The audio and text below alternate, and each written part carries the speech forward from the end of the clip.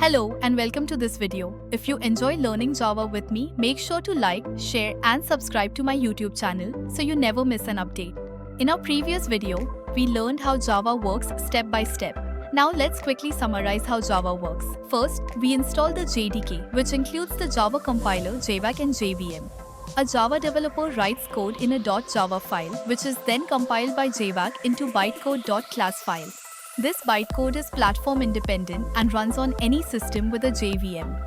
The JVM converts bytecode into machine-specific instructions and starts execution from the main method, producing the final output. Today, we are moving forward by learning about Java data types, which help us store and manage different kinds of data in Java programs.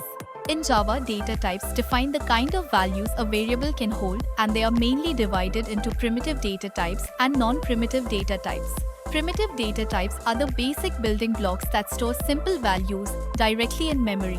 These include Boolean, which holds either true or false values. Numeric types are further divided into character and integral types. The char data type is used to store a single character.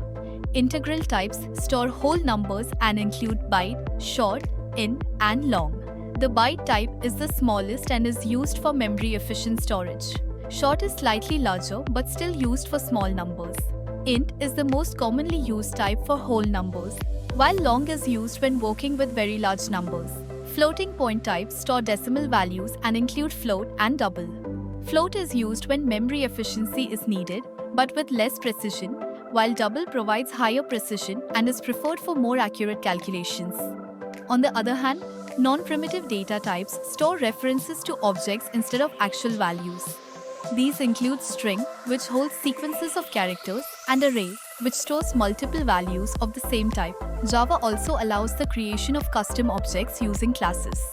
Thank you for watching this video. If you found this video helpful, don't forget to like, share and subscribe to my channel for more informative content. Also, hit the bell icon so you never miss an update. Stay tuned for more exciting Java lessons, and I'll see you in the next video.